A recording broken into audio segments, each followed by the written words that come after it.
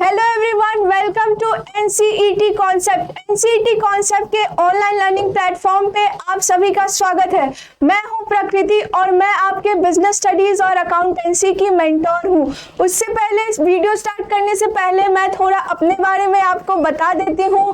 मैंने रिसेंटली अपना BCom Banaras Hindu university से कंप्लीट किया है। अभी मैंने सीयूईटी पीजी का एग्जाम दिया था जिसमें मुझे डीयू में एसआरसीसी और बीएचयू अलॉट हुआ है।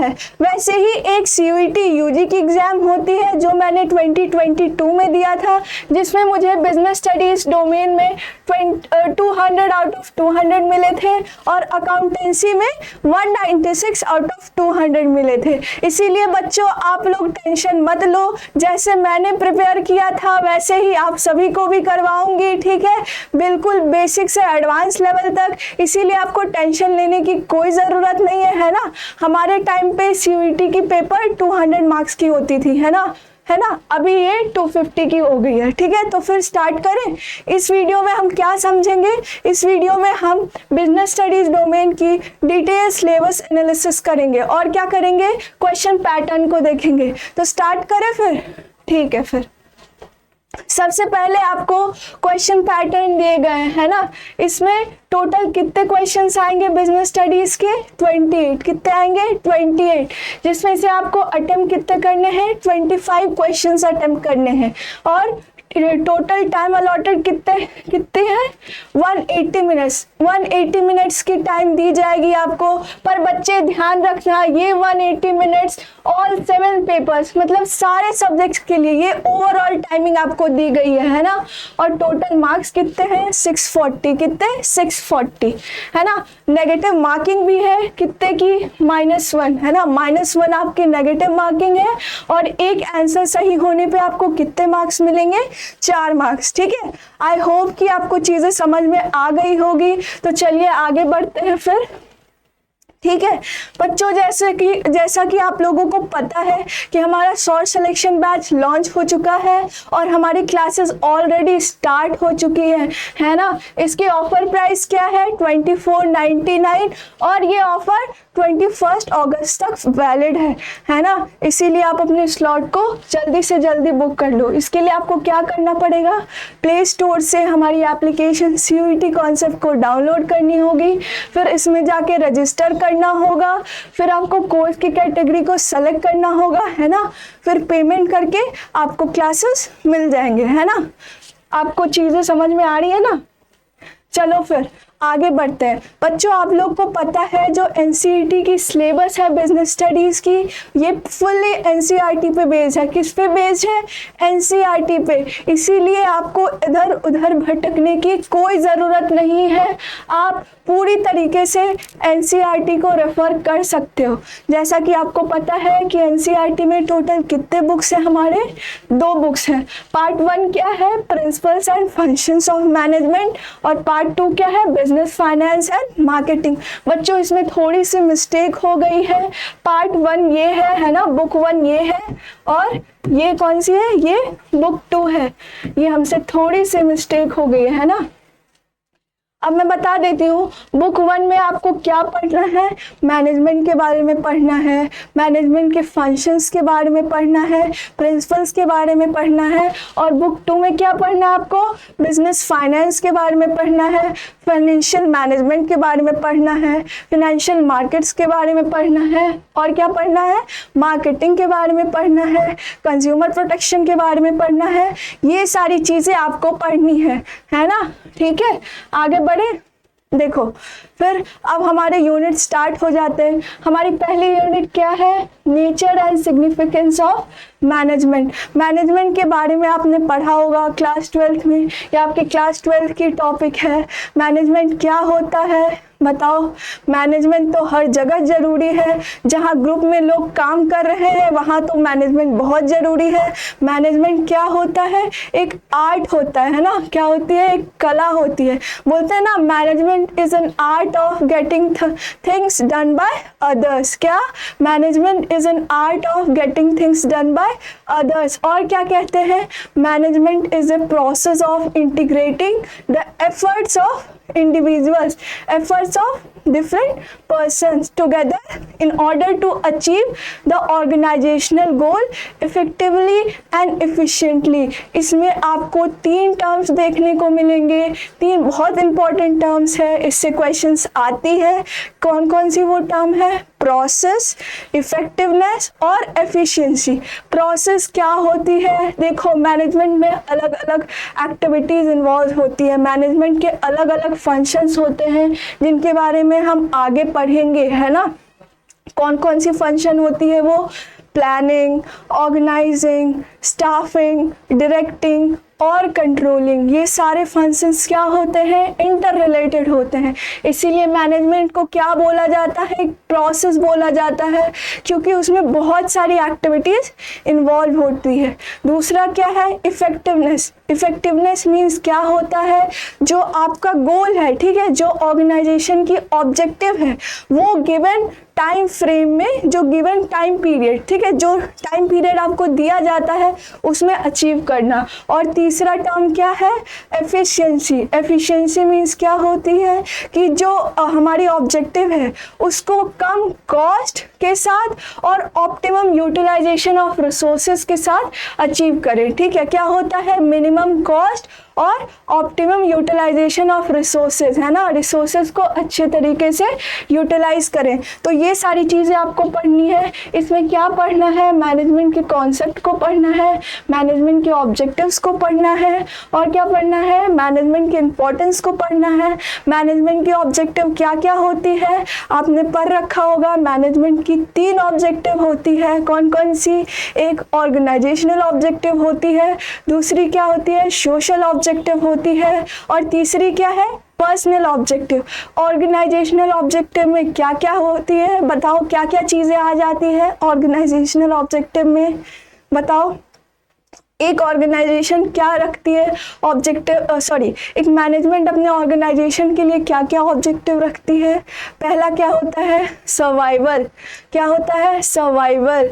जब नई नई बिजनेस स्टार्ट होती है, ठीक है, तो उनका क्या एम होता है कि वो मार्केट में सर्वाइव कर पाए, है ना। उन्होंने जितना कॉस्ट लगाया है एटलीस्ट उतनी रेवेन्यू जनरेट हो जाए ताकि वो कॉस्ट कवर हो जाए। दूसरी ऑब्जेक्टिव क्या होती है? दूसरी क्या? प्रॉफिट। अब सर्वाइव कर लिए हैं तो एक होता है ना अल्टीमेट, क्या होता है? एम क्या होती है बिजनेस की? कि वो प्रॉफिट कमाए, है ना, प्रॉफिट। और तीसरा क्या है? ग्रोथ। लॉन्गर टर्म में वो बिजनेस एक्सपैंड हो, डाइवर्सिफाई हो, उसको क्या बोलते हैं? ग्रोथ, है ना। और क्या पढ़ना है इसमें? दूसरा ऑब्जेक्टिव क्या है आपका? दूसरा है सोशल ऑब्जेक्टिव। देखो बच्चों, एक बिजनेस सोसाइटी में रन कर रही है, ठीक है, वो सोसाइटी के रिसोर्सेज को यूज कर रही है, तो सोसाइटी के भी तो कोई एक्सपेक्टेशन होगी ना उस बिजनेस से, है ना।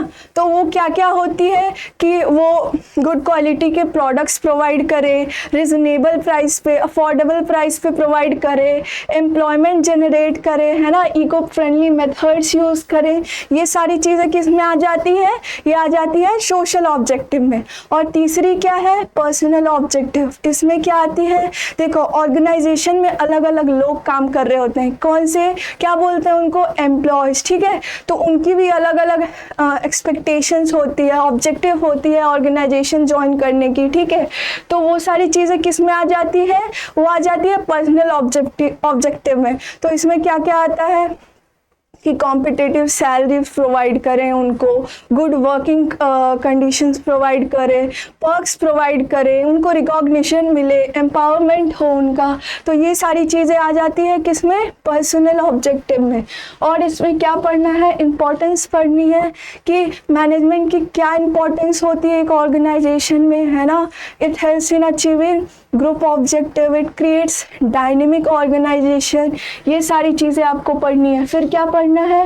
Nature of management. इसमें क्या आ जाता है? Management as a science, art and profession. Management क्या है? साइंस है, आर्ट है, प्रोफेशन है, क्या है?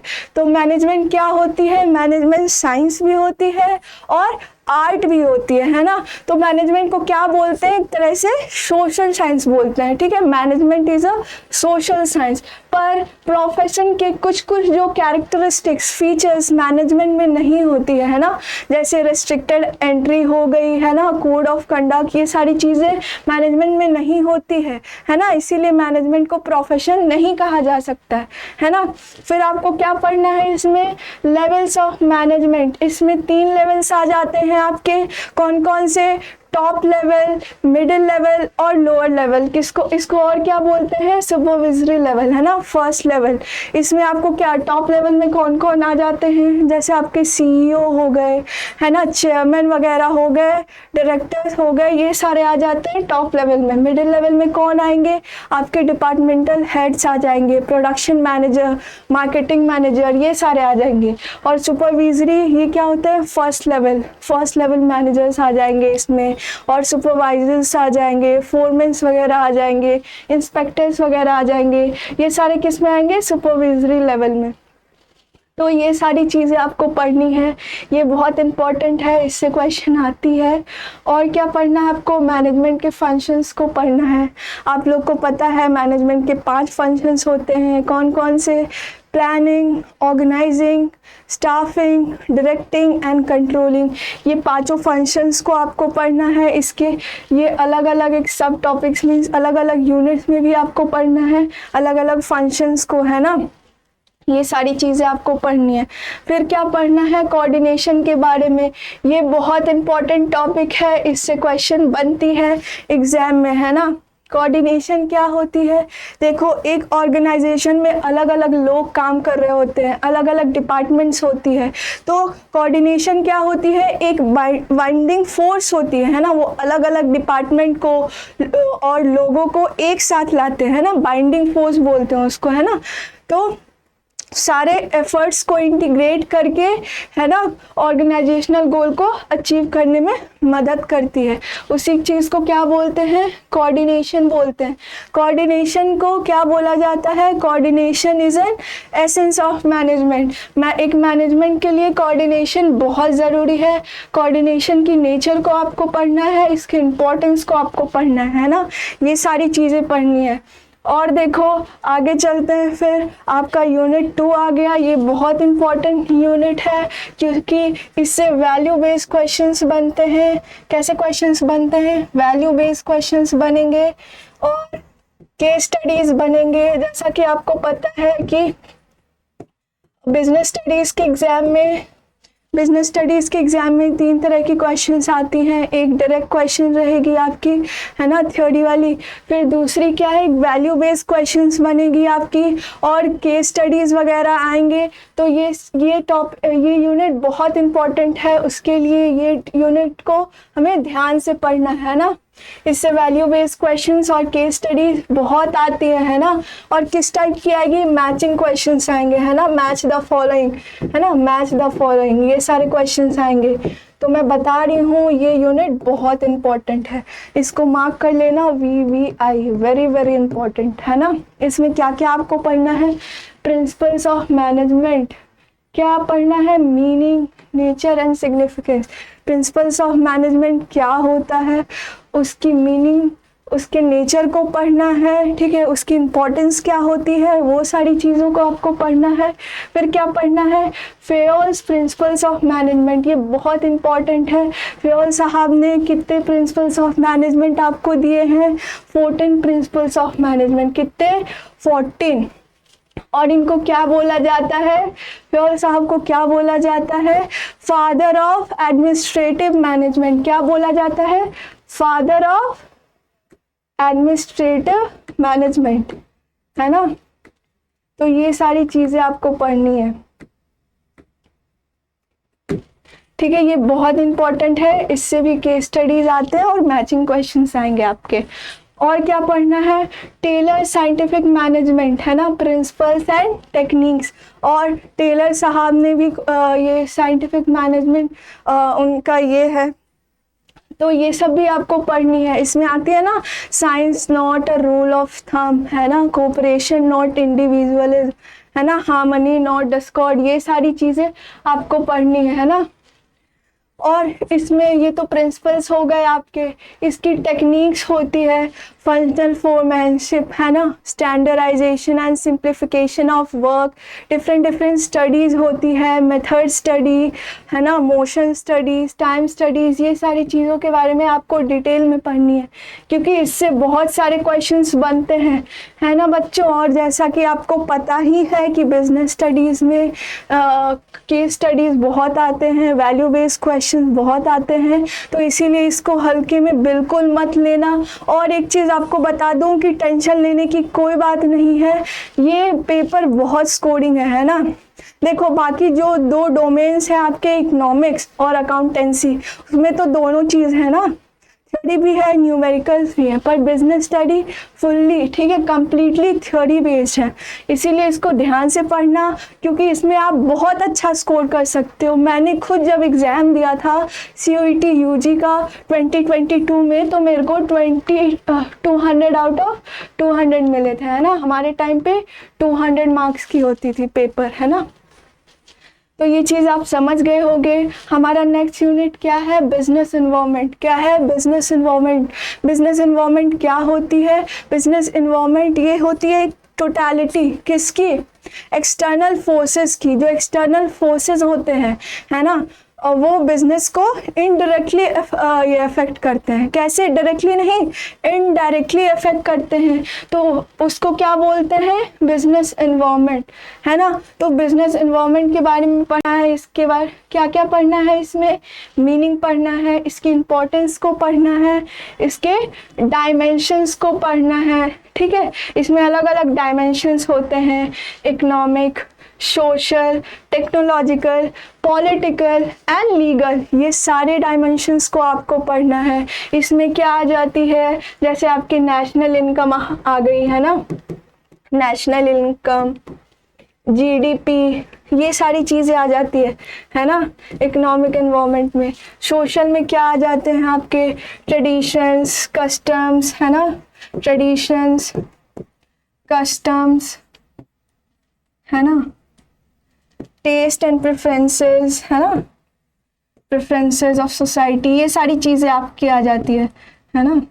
और क्या, टेक्नोलॉजी में, टेक्नोलॉजिकल एनवायरनमेंट में क्या आ जाता है, टेक्नोलॉजिकल एडवांसमेंट जो हो रही हैं, अपग्रेडेशन, इनोवेशन, ये सारी चीज़ें टेक्नोलॉजिकल एनवायरनमेंट में आ जाती है। पॉलिटिकल एनवायरनमेंट में क्या आती है कि attitude of political parties, ruling parties जो गवर्नमेंट है ना, ये सारी चीज़ें आ जाती है।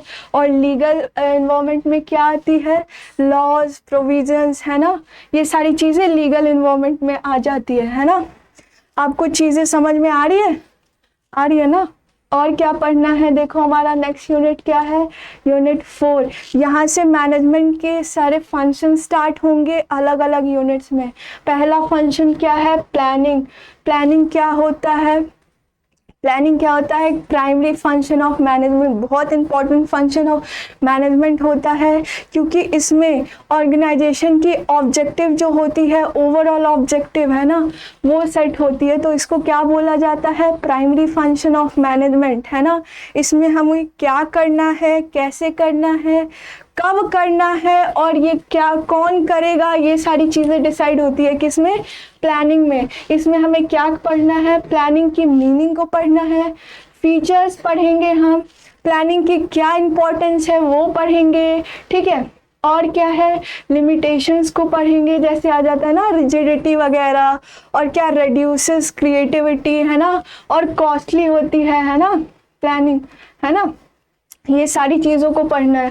और क्या पढ़ना है, प्लानिंग प्रोसेस, ये बहुत इंपॉर्टेंट है बच्चों, इससे क्वेश्चंस आते हैं, है ना। इसमें क्या आते हैं, कैसे क्वेश्चंस आते हैं, सीक्वेंस वाले, है ना, सीक्वेंस वाले आपको बोलेंगे अरेंज करने कि कौन सी स्टेप पहले आती है, कौन सी बाद में आती है, तो सीक्वेंस वाले क्वेश्चंस आते हैं, ये बहुत इंपॉर्टेंट है, इससे क्वेश्चन आएगी, ये चीज़ नोट कर लेना। फिर क्या है, types of plan. Types of plan में क्या क्या आ जाएगी, objectives, strategy, policy, procedure, method, rule, budget, programme, ये ठीक है।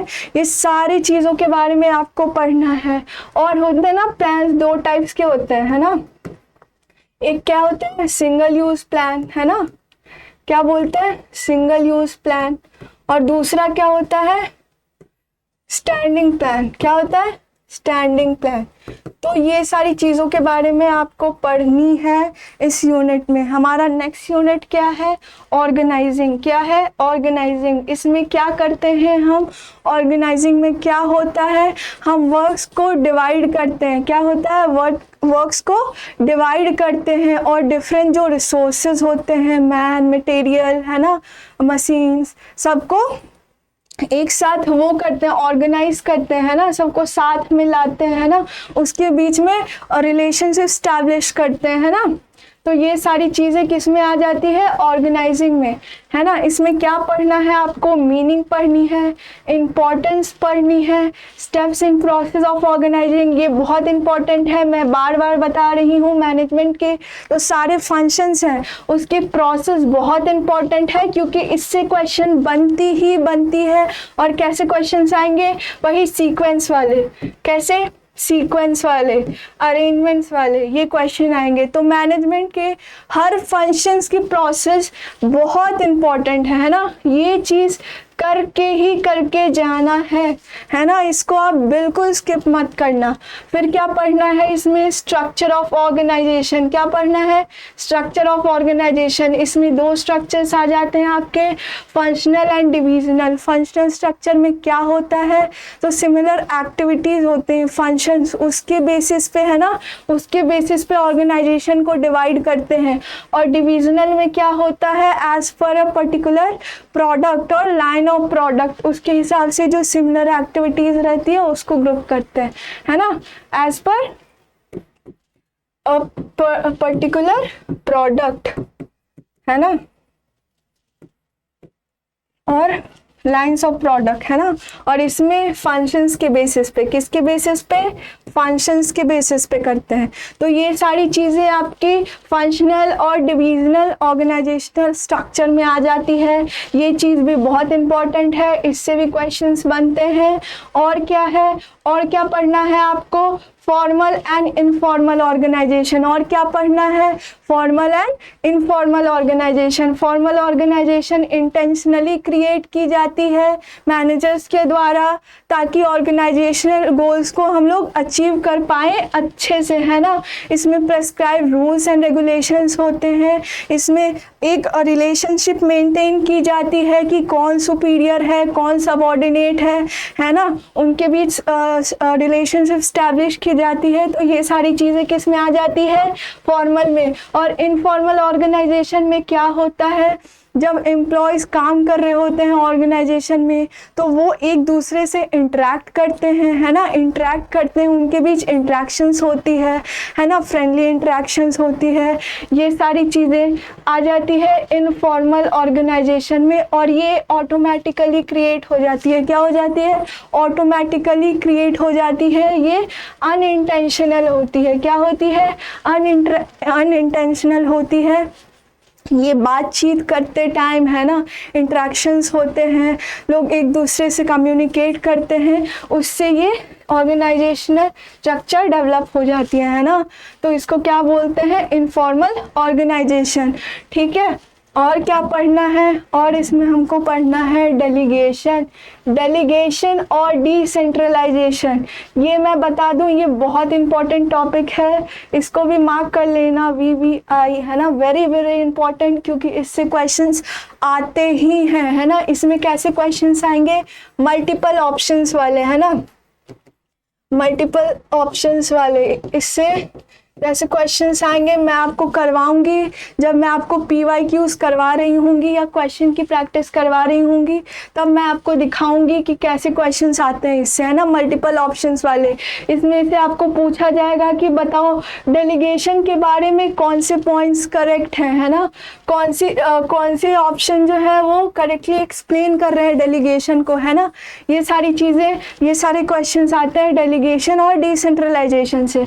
और बताओ ये डेलीगेशन होता क्या है, बताओ। देखो एक मैनेजर होता है, ठीक है, वो भले वो बहुत स्पेशलाइज है, उसमें बहुत सारी स्किल्स है, एक्सपर्टीज है, पर ना वो अकेला कोई काम नहीं कर सकता है ना, वर्कलोड बढ़ जाता है। तो वो क्या करता है, रूटीन फंक्शंस जो होते हैं ऑर्गेनाइजेशन को, उसको क्या करता है, ट्रांसफर कर देता है किस पे, सबऑर्डिनेट पे, है ना। तो क्या होता है, वो फिर वो क्या कर पाता है, इंपॉर्टेंट मैटर्स जो होते हैं, इंपॉर्टेंट वर्क जो होते हैं, उस पर फोकस कर पाता है। और इससे क्या होता है, वो हाँ ये अथॉरिटी को डेलीगेट कर देता है किस पे,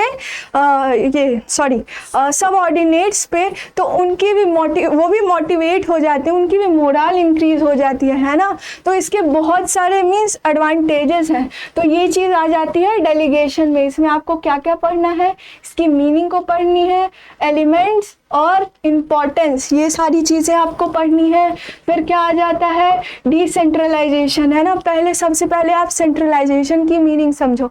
सेंट्रलाइजेशन में क्या होती है ना, जो अथॉरिटी होती है ना, डिसीजन मेकिंग पावर होती है, ये टॉप लेवल मैनेजमेंट के पास ही होती है ना। डिसेंट्रलाइजेशन में क्या होता है, ट्रांसफर हो जाती है authority at all the levels of management, है ना, at all the levels of management, specially at the lower level of management, specially at the lower level of management में ये दी जाती है ना, अथॉरिटी ट्रांसफर हो जाती है। तो इसके बारे में पढ़ना है, डिसेंट्रलाइजेशन की मीनिंग पढ़नी है आपको, इम्पोर्टेंस पढ़ना है, और क्या पढ़ना है, difference between delegation and decentralisation. ये बहुत इंपॉर्टेंट टॉपिक है, जैसा कि मैंने आपको बताया, इससे ही क्वेश्चन बनती है ये वाली मल्टीपल ऑप्शंस वाली, है ना। फिर आगे कौन सा यूनिट आता है हमारा, स्टाफिंग। कौन सा आता है, स्टाफिंग। ये बहुत इंपॉर्टेंट यूनिट है। स्टाफिंग में क्या होता है, staffing is all about putting the right people at the right place at right time, है ना। क्या होता है, सही लोगों को सही जगह पे रखना, है ना, और सही टाइम में भी। तो ये सारी चीज़ें किस में आती है, स्टाफिंग में आती है। स्टाफिंग की मीनिंग को आपको पढ़ना है, स्टाफिंग की नीड और इम्पोर्टेंस को पढ़ना है ना। और क्या पढ़ना है, staffing as a part of human resource management. एक ह्यूमन रिसोर्स मैनेजमेंट एक आपका सेपरेट सब्जेक्ट बन जाएगा जब आप बीकॉम करोगे या ग्रेजुएशन करोगे, है ना, कॉमर्स में एक सेपरेट सब्जेक्ट बन जाएगी आपकी, है ना। स्टाफिंग क्या होती है, ये किससे, एक ह्यूमन एस्पेक्ट से डील करती है ना, ह्यूमन एसेट से डील करती है। Human asset is very important for an organisation, है ना, क्योंकि एक ऑर्गेनाइजेशन की सक्सेस किस पे डिपेंड करती है, उसके ह्यूमन एसेट्स पे, है ना। अगर एम्प्लॉयज़ अच्छे से काम कर रहे हो, है ना, सारी चीज़ें ढंग से चल रही हो, तब वो ऑर्गेनाइजेशन सक्सेसफुल होता है। तो human asset is very important for business. तो इसलिए ये staffing as a part of human resource management, ये बहुत इंपॉर्टेंट टॉपिक है, ये भी आपको पढ़नी है अच्छी तरीके से। फिर क्या पढ़ना है, स्टेप्स इन स्टाफिंग प्रोसेस। फिर से वही बात कि स्टेप्स बहुत इंपॉर्टेंट है, प्रोसेस बहुत इंपॉर्टेंट है, मैनेजमेंट की हर एक फंक्शन की प्रोसेस बहुत इंपॉर्टेंट है, क्योंकि इससे सीक्वेंस वाले क्वेश्चंस आएंगे। मैं बार बार ये चीज़ को रिपीट कर रही हूँ, तो बच्चे ध्यान रखना, इससे क्वेश्चंस आएंगी ही आएंगी, है ना। और क्या है, और क्या पढ़ना है इसमें, रिक्रूटमेंट के बारे में पढ़ना है। Recruitment means it is all about creating a pool of candidates, है ना। जो कैंडिडेट्स अप्लाई करते हैं उनका एक पूल बनाना, है ना। रिक्रूटमेंट की मीनिंग को पढ़ना है। फिर क्या पढ़ना है, उसके सोर्सेज को पढ़ना है। रिक्रूटमेंट की 2 सोर्सेज होती हैं। एक क्या होती है, रिक्रूटमेंट के कितने सोर्सेज होते हैं, 2, है ना। क्या क्या होता है ये, एक होती है इंटरनल सोर्स और एक एक्सटर्नल सोर्स। एक क्या होती है, इंटरनल सोर्स, और दूसरी एक्सटर्नल सोर्स। क्या होती है, एक्सटर्नल सोर्स, है ना। ये बहुत इंपॉर्टेंट है, इससे क्वेश्चंस आएंगे मैचिंग वाले, है ना, मैचिंग वाले क्वेश्चंस आएंगे इससे आपके, और वैल्यू बेस्ड क्वेश्चंस आएंगे, है ना, वैल्यू बेस्ड। इंटरनल सोर्स में क्या क्या आ जाती है, एक तो आपकी ट्रेनिंग आ जाएगी और दूसरी प्रमोशन आ जाएगी।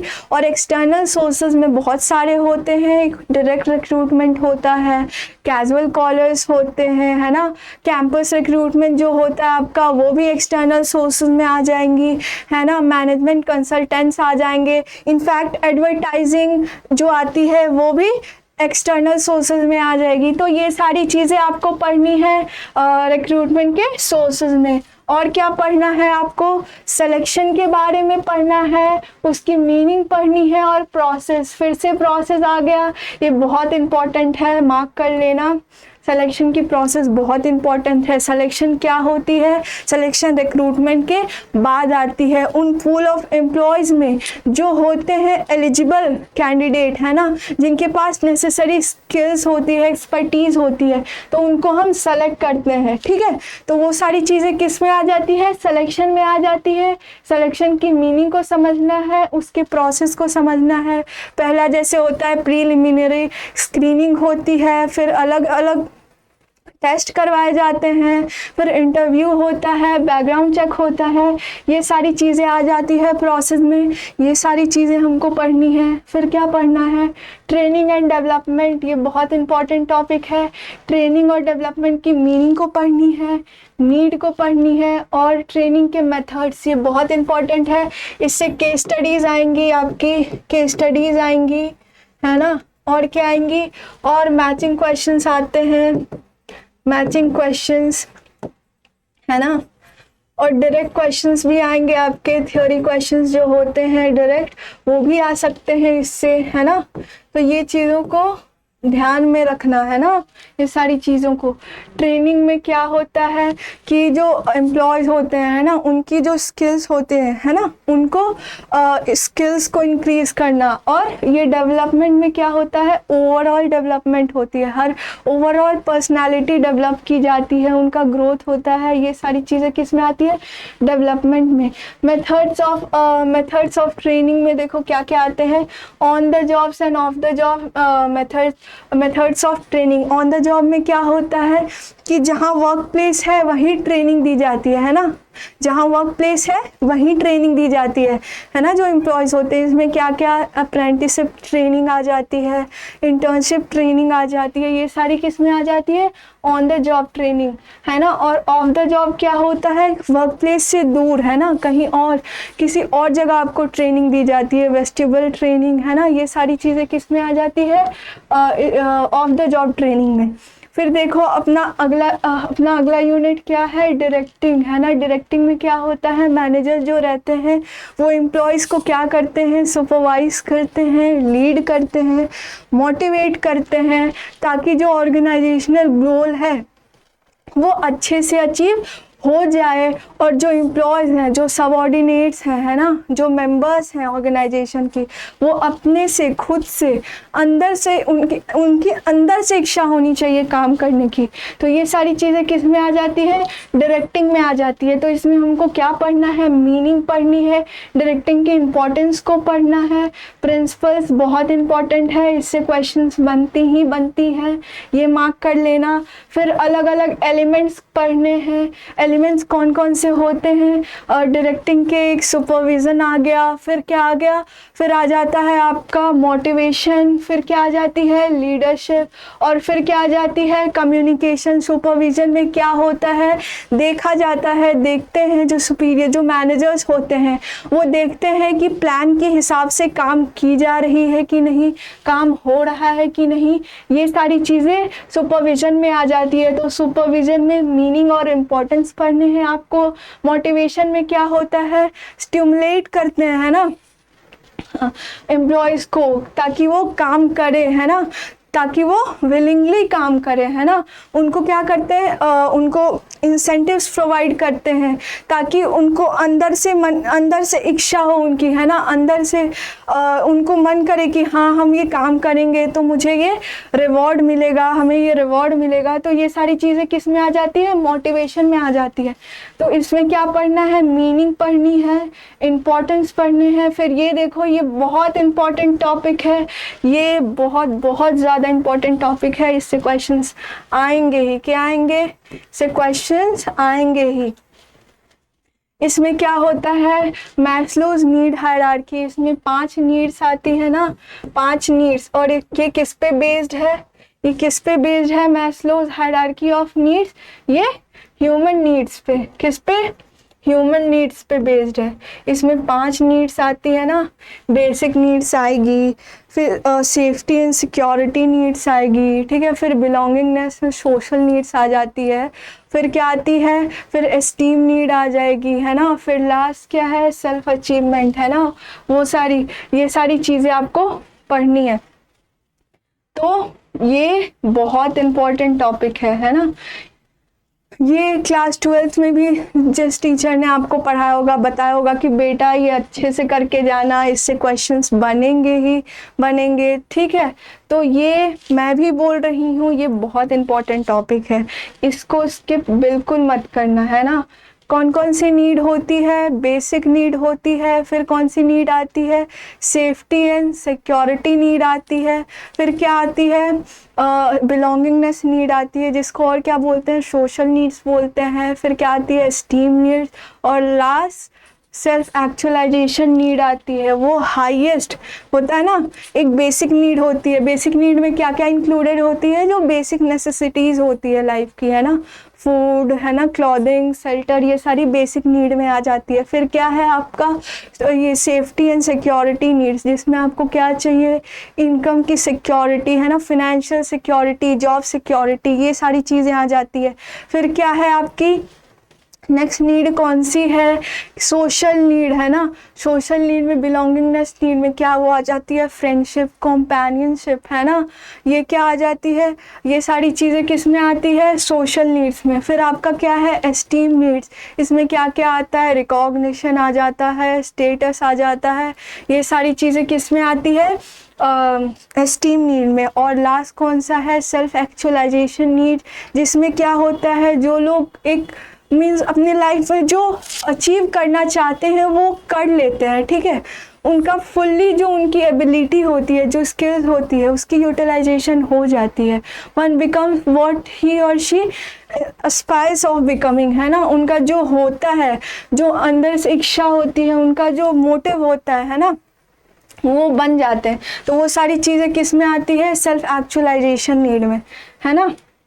और क्या है इसमें, और क्या पढ़ना है आपको, financial and non financial incentives के बारे में पढ़ना है। इससे भी क्वेश्चंस बनते हैं। इंसेंटिव क्या होती है, लोगों एम्प्लॉयज़ को मोटिवेट करने के लिए ना हम उनको कुछ रिवॉर्ड्स देते हैं, कुछ इंसेंटिव्स देते हैं, ताकि वो विलिंगली काम करें, है ना, अच्छे से काम करें।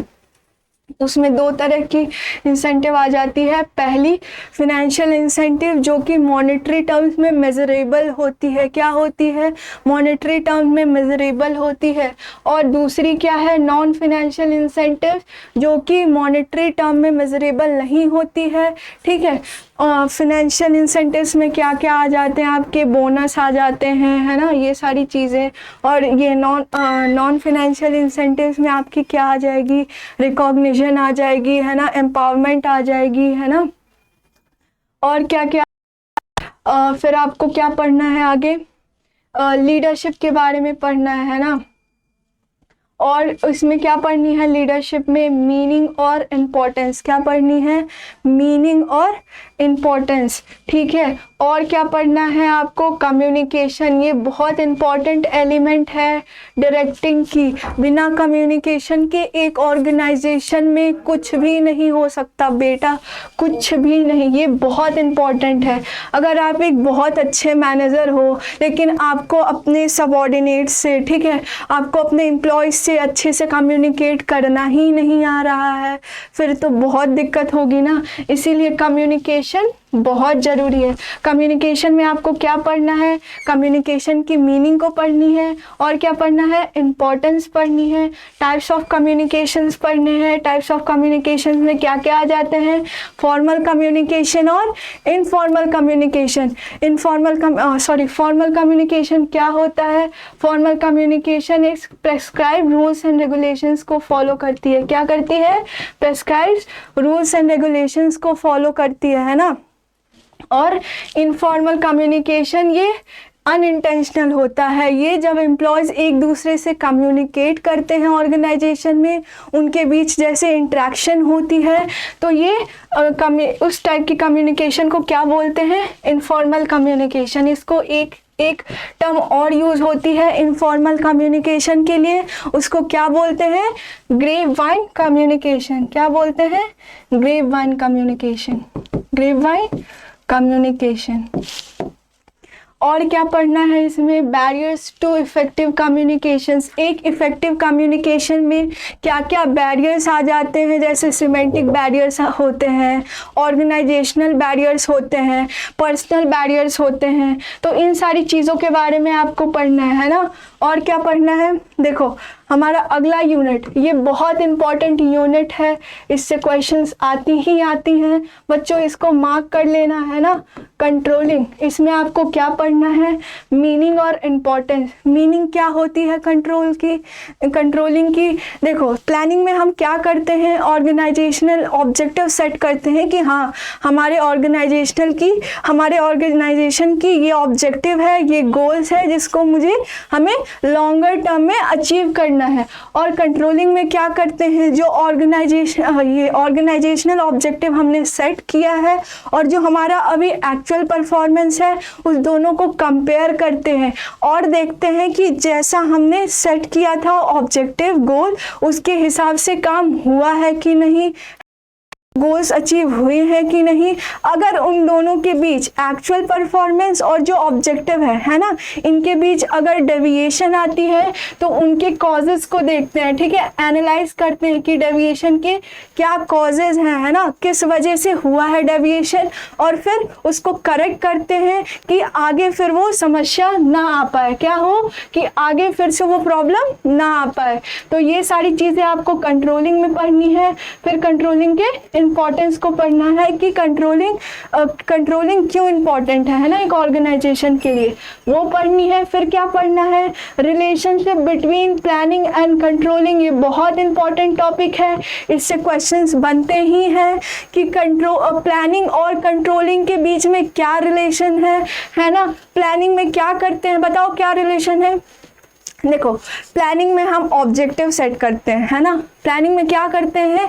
जो ऑर्गेनाइजेशनल ऑब्जेक्टिव होती है, जो ओवरऑल गोल होती है, उसको सेट करते हैं, ठीक है। और कंट्रोलिंग में क्या करते हैं कि जो ऑब्जेक्टिव हमने सेट करा है ना, जो हमारा एम है, उससे एक्चुअल परफॉर्मेंस जो हमारा हुआ है उसको कंपेयर करते हैं, है ना, डेविएशंस फाइंड आउट करने के लिए, है ना। तो इसीलिए इन दोनों के बीच एक रिलेशनशिप होती है प्लानिंग एंड कंट्रोलिंग के बीच, क्योंकि इसमें जो ऑब्जेक्टिव सेट करते हैं वही हमारा बेसिस होता है कंट्रोलिंग में, है ना, एक्चुअल परफॉर्मेंस को मेज़र करने के लिए। तो ये बहुत इंपॉर्टेंट टॉपिक है। फिर हमको क्या पढ़ना है? Steps in the process of control. Steps बहुत इंपॉर्टेंट है, क्वेश्चन बनेंगी इसमें, बार बार बोलूँगी, सीक्वेंस वाले क्वेश्चन बनेंगे, है ना। फिर हमारा नेक्स्ट टॉपिक क्या आता है? बिजनेस फाइनेंस, है ना। ये आपका एक सब्जेक्ट बन जाएगा बीकॉम में। जब आप आगे बीकॉम परस्यू करोगे तो ये आपका एक सेपरेट सब्जेक्ट बन जाएगा, है ना। ये बिजनेस फाइनेंस क्या होता है? जो पैसे की ज़रूरत होती है हमें बिजनेस चलाने के लिए, उसको क्या बोलते हैं? बिजनेस फाइनेंस बोलते हैं। इसमें क्या क्या पढ़ना है? बिजनेस फाइनेंस की मीनिंग को पढ़नी है, रोल क्या होता है वो पढ़ना है। फिर क्या है? Objectives of financial management. Financial management में क्या होता है कि कैसे हम रिसोर्सेज को प्रोक्योर कर रहे हैं और कैसे उसको यूटिलाइज कर रहे हैं, ठीक है। तो ये चीज़ें किस में आती है? फाइनेंशियल मैनेजमेंट में आती है। फाइनेंशियल मैनेजमेंट के ऑब्जेक्टिव को हमें पढ़ना है, ये बहुत इंपॉर्टेंट टॉपिक है। फिर क्या पढ़नी है? फाइनेंशियल प्लानिंग के बारे में पढ़नी है, ये भी इम्पॉर्टेंट है। फाइनेंशियल प्लानिंग में हम क्या बोलते हैं, क्या करते हैं? एक ब्लूप्रिंट बनाते हैं, है ना, ऑर्गेनाइजेशन का, ठीक है, फ्यूचर ब्लूप्रिंट। और इसमें क्या देखते हैं? इसमें क्या देखते हैं कि नेसेसरी रिसोर्सेज जो है वो अवेलेबल हैं कि नहीं, और दूसरी चीज़ कि कंपनी मीन्स अननेसेसरीली नहीं रिसोर्सेज रेस कर रही है ना। कभी कभी होता है ना कि बहुत सारी चीज़ें पड़ी रह जाती है बाद में, है ना। जैसे प्रोडक्शन में देखते हैं कि सारे प्रोडक्शन हो गया, फिर एक क्लोजिंग इन्वेंट्री पढ़ते हैं ना, स्टॉक की लास्ट में पड़ा रह गया गोडाउन में, है ना, वेयर हाउस में, तो ये सारी चीज़ें। तो यही देखते हैं कि नेसेसरी रिसोर्सेज अवेलेबल हैं कि नहीं, और कंपनी या ऑर्गेनाइजेशन अननेसेसरीली ये रिसोर्सेज रेज नहीं कर रही है, फंड रेज नहीं कर रही है। ये सारी चीज़ें देखते हैं किसमें, फाइनेंशियल प्लानिंग में, इसीलिए फाइनेंशियल प्लानिंग करते हैं। तो इसमें क्या पढ़ना है, मीनिंग और इम्पोर्टेंस को पढ़ना है। फिर क्या पढ़ना है हमें, कैपिटल स्ट्रक्चर के बारे में क्या पढ़ना है, कैपिटल स्ट्रक्चर क्या होता है, कौन कौन से फैक्टर्स कैपिटल स्ट्रक्चर को ये अफेक्ट करते हैं। कैपिटल स्ट्रक्चर क्या आपने पढ़ा होगा ना, डेब्ट इक्विटी रेशियो, है ना, कितनी इक्विटी होती है, कितनी डेब्ट, है ना, उनका रेशियो, है ना, तो वो पढ़नी है हमको। और क्या पढ़ना है, फिक्स एंड वर्किंग कैपिटल के बारे में पढ़ना है। और क्या पढ़ना है, उनकी मीनिंग को पढ़नी है, और factors affecting their requirement. Fixed और वर्किंग कैपिटल क्या होता है, फिक्स कैपिटल की रिक्वायरमेंट क्यों होती है हमें, नॉन करंट एसेट्स के लिए, है ना, लॉन्ग टर्म यूज़ वाले जो एसेट्स होते हैं जो 1 साल से ज़्यादा काम आते हैं, कैसे से प्लांट्स हो गए, मशीनरी हो गए, उसके लिए जो कैपिटल चाहिए, है ना, उन सब चीज़ों को खरीदने के लिए, तो उसको क्या कहते हैं, फिक्स कैपिटल। और वर्किंग कैपिटल क्यों चाहिए, बिजनेस के डे टू डे ऑपरेशंस को देखने के लिए, है ना, उसकी यूजेस किस में होती है, बिजनेस के डे टू डे ऑपरेशंस में। तो ये चीज़ पढ़नी है, उसकी मीनिंग को पढ़नी है, और कौन कौन से ऐसे फैक्टर्स होते हैं जो फिक्स कैपिटल और वर्किंग कैपिटल के रिक्वायरमेंट को अफेक्ट करती हैं। तो ये सारी चीज़ें पढ़नी है। और क्या पढ़ना है हमें, देखो नेक्स्ट यूनिट क्या है हमारा, मार्केटिंग। ये आपने क्लास 12 में पढ़ के रखा होगा, इससे भी क्वेश्चंस बनते हैं। मार्केटिंग की मीनिंग पढ़नी है, फंक्शंस पढ़ने हैं, और रोल को पढ़नी है ना। मार्केटिंग में क्या होती है, buying and selling of goods and services, ये पढ़नी है ना। फिर क्या पढ़ना है, distinction between marketing and selling, ये बहुत इंपॉर्टेंट टॉपिक है, इससे क्वेश्चंस आते ही आते हैं, ये नोट कर लेना है ना। मार्केटिंग और सेलिंग में क्या डिफरेंस होती है, मार्केटिंग एक वाइडर टर्म है ना, सेलिंग एक नैरो टर्म है ना। सेलिंग मार्केटिंग के अंदर आती है, सेलिंग का क्या एम होता है, सेलिंग की ऑब्जेक्टिव क्या होती है कि ट्रांसफर ऑफ पोजीशन, है ना, ओनरशिप को ट्रांसफर करे, कैसे भी सामान बेचे, है ना। और इसमें क्या होता है, मार्केटिंग में मार्केटिंग किस चीज़ पे फोकस करती है, कंज्यूमर सेटिस्फैक्शन पे, है ना, कंज्यूमर सेटिस्फैक्शन, और सेलिंग प्रॉफिट में। तो ये चीज़ें आपको पढ़नी है, किसमें, distinction between marketing and selling, ये बहुत इंपॉर्टेंट है, इससे क्वेश्चन बनेगी। फिर आपको मार्केटिंग मिक्स के बारे में पढ़ना है। मार्केटिंग मिक्स में जो आते हैं आपके 4 P's, कौन कौन से होते हैं, product, price, place and promotion. Product, price, place and promotion, ये किसने दिया था 4 P's, किसने दिया था, E.J. मैकआर्थी, जेरोम मैकआर्थी, है ना। ये चीज़ याद रखना, ये एक क्वेश्चन बन गया हमारा, किसने दिया था, जेरोम मैकआर्थी, है ना। इस 4 P's में क्या क्या आ जाते हैं हमारे, क्या क्या आ जाते हैं, product, price, place and promotion, ये बहुत इंपॉर्टेंट है, इसके बारे में आपको पढ़ना है, एलिमेंट्स पढ़ने हैं। फिर ये जो अलग अलग 4 P's हैं, इनके एक सब टॉपिक्स हैं आपके पास, इसको अलग अलग पढ़ना है डिटेल में। क्या पढ़ना है, प्रोडक्ट के बारे में पढ़ना है, प्रोडक्ट के नेचर के बारे में पढ़ना है, क्लासिफिकेशन के बारे में पढ़ना है। बहुत टाइप के प्रोडक्ट होते हैं, उनकी बेसिस होती है क्लासिफिकेशन की, है ना। कंज्यूमर गुड होते हैं, इंडस्ट्रियल गुड्स होते हैं। फिर क्या पढ़ना है, ब्रांडिंग के बारे में पढ़ना है। ब्रांडिंग में क्या करते हैं, नेम और सिंबल देते हैं प्रोडक्ट को। लेबलिंग क्या करते हैं, पैकेज पे लेबल चिपकाते हैं ना, एक प्रोडक्ट पे होता है ना लेबल्स होते हैं ना, उस पर क्या दिया होता है, प्रोडक्ट के बारे में इंफॉर्मेशन दी होती है कि कितने प्राइस हैं उसके, है ना, कितना क्वांटिटी कितनी है, मैन्युफैक्चरिंग डेट क्या है, तो वो सारी चीज़ें किस पे होती है, लेबल पे होती है, ठीक है। तो लेबलिंग के बारे में पढ़नी है। फिर पैकेजिंग में क्या होता है, हम लोग रैपर बनाते हैं ना प्रोडक्ट्स के लिए, तो ये सारी चीज़ों के बारे में पढ़ना है। फिर क्या पढ़ना है, फिजिकल डिस्ट्रीब्यूशन के बारे में, ठीक है। फिजिकल डिस्ट्रीब्यूशन में क्या होता है बच्चों, देखो जैसे एक बिजनेस है ना, एक प्रोडक्ट बनाती है, ठीक है, तो वो कंज्यूमर तक कैसे पहुंचेगी, कैसे, खुद से तो नहीं जाएगी ना, उसके लिए कुछ एक वे तो होनी चाहिए ना जिससे प्रोडक्ट अल्टीमेट कंज्यूमर तक पहुंचे। तो उसके लिए हमें क्या चाहिए, फिजिकल डिस्ट्रीब्यूशन चाहिए। इसमें आपको उसकी मीनिंग को पढ़ना है, रोल क्या होती है फिजिकल डिस्ट्रीब्यूशन की उसको पढ़ना है, चैनल्स ऑफ डिस्ट्रीब्यूशन पढ़ने हैं। चैनल्स ऑफ डिस्ट्रीब्यूशन में 2 चैनल्स आ जाएंगे आपके, डायरेक्ट एंड इनडायरेक्ट चैनल्स, उसके बारे में पढ़ना है, उसकी मीनिंग को पढ़ना है, जो टाइप्स मैंने बताया डायरेक्ट और इनडायरेक्ट चैनल उसके बारे में पढ़ना है आपको। और क्या पढ़ना है, फैक्टर्स को पढ़ना है, और डिटरमाइनिंग चॉइस ऑफ चैनल्स है ना, जो फैक्टर्स अफेक्ट करते हैं जैसे जिससे हम डिसाइड करते हैं ना चैनल्स को, उसके बारे में पढ़ना है। फिर आपको क्या पढ़ना है, प्रमोशन, ठीक है, कैसे उस प्रोडक्ट को हम प्रमोट करते हैं मार्केट में, है ना।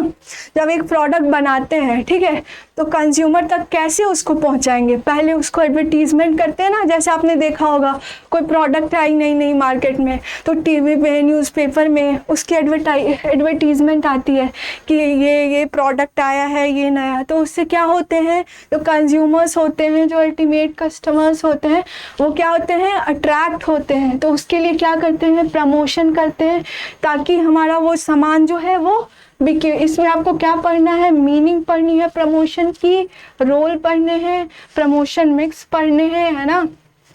और क्या पढ़ना है, role of advertising, personal selling और ऑब्जेक्शंस टू एडवर्टाइजिंग। देखो प्रमोशन में बहुत सारे मेथड्स आ जाते हैं ना प्रमोशन के, जैसे पर्सनल सेलिंग हो गई, एडवर्टीजमेंट्स हो गई, है ना, सेल्स प्रमोशन हो गए।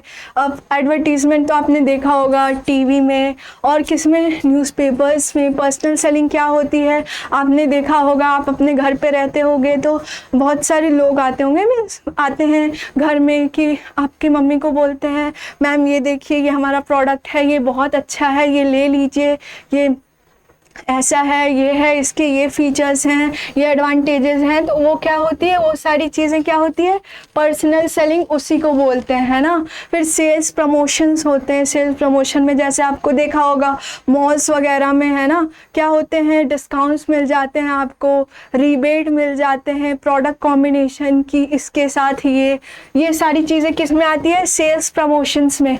तो इन चीज़ों के बारे में हमें पढ़ना है। और क्या पढ़ना है, ऑब्जेक्शंस टू एडवर्टाइजिंग, क्या लिमिटेशंस होती है एडवर्टाइजिंग की, वो पढ़नी है। फिर क्या पढ़ना है, प्राइस के बारे में, ये बहुत इंपॉर्टेंट टॉपिक है प्राइस, है ना, कि क्या प्राइस चार्ज करते हैं हम कस्टमर से प्रोडक्ट के, उसके बारे में पढ़ना है। क्या फैक्टर्स होती है जो एक प्राइसिंग को इन्फ्लुएंस करती है, कौन कौन से ऐसे फैक्टर्स होते हैं जो एक प्रोडक्ट के प्राइस को इन्फ्लुएंस करते हैं, वो सारी चीज़ों को पढ़ना है। फिर हमारा नेक्स्ट क्या है, नेक्स्ट यूनिट क्या है, कंज्यूमर प्रोटेक्शन। मैं बच्चों आपको बता दूं इससे डायरेक्ट क्वेश्चंस आते हैं, ईजीएस्ट, है ना, बहुत ईजी क्वेश्चंस आते हैं इस यूनिट से। तो बच्चों, बहुत सारे बच्चे बोलेंगे कि मैम तो इसको स्किप कर सकते हैं क्योंकि इससे 1 से 2 क्वेश्चंस आते हैं। तो बच्चे बोलेंगे मैम क्यों इसको स्किप कर देते हैं, फिर इंपॉर्टेंट जो यूनिट्स हैं उस पर ध्यान देते हैं। बिल्कुल नहीं बच्चों, इससे बहुत ईजी क्वेश्चंस आते हैं, आप उसको 1 सेकेंड में सॉल्व कर लोगे। इसीलिए अगर आपका कंसेप्ट क्लियर है, ठीक है, आपको सारी चीज़ें अच्छे से समझ में आ रही है, तो आपके मार्क्स तो पक्के हैं इस यूनिट में, ठीक है। इसमें हमें क्या पढ़ना है, इंपॉर्टेंस ऑफ कंज्यूमर प्रोटेक्शन, है ना। कंज्यूमर प्रोटेक्शन क्यों ज़रूरी है, जैसे कि आपने देखा होगा मार्केट में बहुत सारी अनफेयर ट्रेड प्रैक्टिसेस होती है, ब्लैक मार्केटिंग होती है, होर्डिंग होती है। तो हमारे इंडिया में ना एक्ट लाया गया है, कंज्यूमर प्रोटेक्शन एक्ट। पहले क्या था, पहले ये कौन से ईयर में पहले आया था, consumer protection act 1986, consumer protection act 1986। फिर कंज्यूमर प्रोटेक्शन एक्ट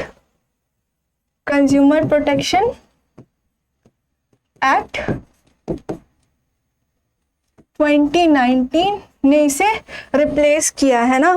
फिर एक नया एक्ट आया है ना, तो इस चीज़ के बारे में आपको पढ़नी है कि क्यों ज़रूरी है कंज्यूमर प्रोटेक्शन, कंज्यूमर राइट्स जो छः आपको दिए गए हैं, राइट टू चॉइस है ना, right to information, right to safety, right to be heard, ये सब चीज़ों के बारे में आपको पढ़नी है। फिर क्या पढ़ना है, ये बहुत इंपॉर्टेंट है, इससे क्वेश्चंस बनेंगे आपके। फिर क्या है, कंज्यूमर रिस्पॉन्सिबिलिटीज़ को पढ़ना है कि कंज्यूमर की क्या क्या रिस्पॉन्सिबिलिटीज़ होती है, क्या क्या होती है जब वो कोई प्रोडक्ट को परचेज़ कर रहा है तो वो बिल ज़रूर ले, है ना, रिसिप्ट जो होती है वो ज़रूर ले शॉपकीपर से, ठीक है। जब वो प्रोडक्ट खरीद रहा है तो उस पर देखे कि वो स्टैंडर्ड क्वालिटी की प्रोडक्ट है कि नहीं, क्वालिटी मार्क्स हैं कि नहीं उस पर, जैसे FPO हो गया है ना फूड प्रोडक्ट्स के लिए, है ना, ISI मार्क्स हो गए इंडस्ट्रियल प्रोडक्ट्स के लिए, हॉलमार्क हो गए ज्वेलरीज के लिए। तो ये सारी चीज़ें कंज्यूमर्स को ध्यान में रखनी है ना, तो ये सारी चीज़ों को पढ़ना है। फिर क्या पढ़ना है, ways and means to consumer protection, क्या क्या वेज हैं और मीन्स है कंज्यूमर प्रोटेक्शन की, उसके बारे में पढ़ना है।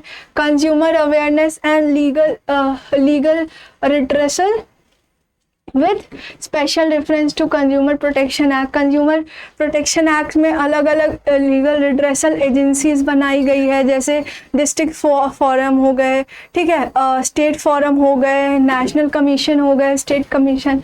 तो ये सारी चीज़ों के बारे में हमको पढ़ना है ना। और क्या पढ़ना है, फिर पढ़ना है role of consumer organisation and NGOs, ठीक है। कंज्यूमर ऑर्गेनाइजेशन जो अलग अलग होते हैं, ठीक है, जो नॉन गवर्नमेंट ऑर्गेनाइजेशंस होते हैं, उनकी क्या रोल होती है कंज्यूमर प्रोटेक्शन में, कैसे वो कंज्यूमर को अलग अलग तरह की जो अनफेयर प्रैक्टिसेस चल रही है मार्केट में उससे कैसे बचाती है। तो इन सब चीज़ों के बारे में पढ़ना है, ठीक है। फिर हमारा लास्ट यूनिट क्या आ जाता है, एंटरप्रेन्योरशिप डेवलपमेंट, ठीक है। ये आपका ग्रेजुएशन में एक सेपरेट सब्जेक्ट बन जाएगा जब आप BCom करोगे या कोई ग्रेजुएशन कोर्स करोगे कॉमर्स से, तो ये आपका एक सेपरेट सब्जेक्ट बन जाएगा, है ना। इसमें क्या पढ़ना है, हमें कंसेप्ट पढ़ना है, फंक्शंस को पढ़ने हैं, नीड को पढ़ने हैं, एंटरप्रेन्योरशिप क्या होती है, एक एंटरप्रेन्योर कैसे बनता है, उसमें क्या क्या क्वालिटीज़ होती है, क्या होती है एंटरप्रेन्योरशिप, एक इंसान की एबिलिटी है ना, उसमें एक स्किल्स होते हैं ताकि वो बिज़नेस को ये फॉर्म कर सके, ठीक है, बिज़नेस को चला सके, रिस्क ले सके। तो ये सारी क्वालिटीज़ होती है एक एंटरप्रेन्योर में, तो ये सारी चीज़ें आपको पढ़नी है। फिर क्या पढ़नी है, वही जो मैंने बताया कि क्या क्या कैरेक्टरिस्टिक्स और क्या क्या कॉम्पिटेंसीज होते हैं, जैसे रिस्क टेकिंग हो गया, इनोवेटिव, वो लोग इनोवेटिव होते हैं, डिसीजन मेकिंग उनको अच्छे से आनी चाहिए, विज़न, ये सारी चीज़ें आपको पढ़नी है। फिर क्या पढ़ना है, प्रोसेस बहुत इंपॉर्टेंट है, इससे सीक्वेंस वाले क्वेश्चंस आएंगे ही आएंगे, ये चीज़ें मैं आपको बार बार बोल रही हूँ, ये चीज़ को नोट कर लेना। फिर लास्ट टॉपिक क्या है हमारा, एंटरप्रेन्योरल वैल्यूज़ एटीट्यूड्स, है ना, ये जो बताया मैंने उनकी क्या वैल्यूज़ होती है, एटीट्यूड्स, वो पढ़ना है। मोटिवेशन जो हमने पहले से पढ़ के रखा है, लेकिन ये एक सेपरेट टॉपिक है कि मोटिवेशन की क्या मीनिंग होती है और क्या कंसेप्ट्स होते हैं, उसके बारे में हमें इस यूनिट में पढ़ना है ना। बच्चों, आई होप कि आपको चीज़ें समझ में आ गई हो। फिर भी आपको अगर कोई भी डाउट हो तो आप कमेंट सेक्शन में ज़रूर बताना, and I will make sure कि मैं नेक्स्ट वीडियो में आप सभी के डाउट्स को क्लियर करूं। तब तक के लिए take care, bye bye, thank